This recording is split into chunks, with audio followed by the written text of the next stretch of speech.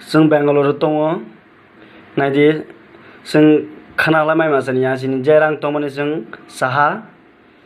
आखि मातंसि जों दाबो जों जे रां दं माने जों साहा खाना हलाय जों माइरं करिहा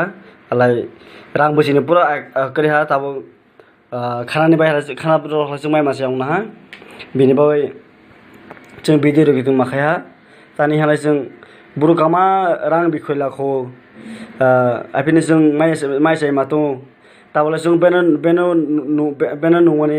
तहनाय बेनो सि नङो ताबो सिनि साकाय हा बिनि बागै जोंबो बिदि रोगिदों माखाया कुनु जों सोरों माने गया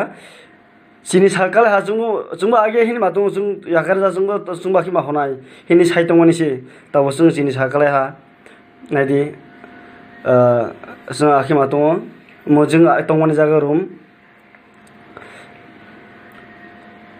जों कैसा लाखने बाय चेष्टा खायगारि तनहलाय जों खाना हलाय जिना आरो माइरं गया तंमानि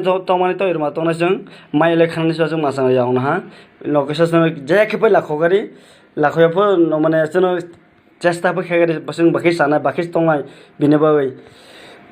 जे कोरोना भाइरास मानजानाय र बले मानजाय थुइ दह जोंलाय माइ मासियाव थुइनो हा बिनि बागै प्लिज नक्सनो किसाबो लाखवा जागारि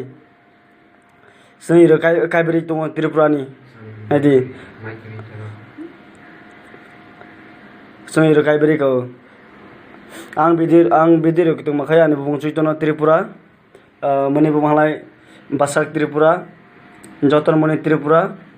विजय कुमार त्रिपुरा जों काइबेरि को इरो प्लिज नक्सनो जेखेबो लाखगारि जोंलाय पुरा लेंना हालाय नक्सनो 5-6 दिनबो खलबाय गभर्नमेन्ट बा सालायबो जों जेखेबो लाखगारि जोंलाय हाला पुरा इरो थैनानै दे जों जे आगेनि सिबि जों पियाज मसखाय बिनो चाइ माफायसि ताबुक जों बाखि मासा सिनाय तावसिनि रां खक्से करिहा आतो मबो कैसा लुमजा बिनि बागै खलकुसिया लुमजा डक्टर थानो बाय तो रां करै अनेक बेजाल दङ प्लिज नक्सनो किसान लाखवा जागारि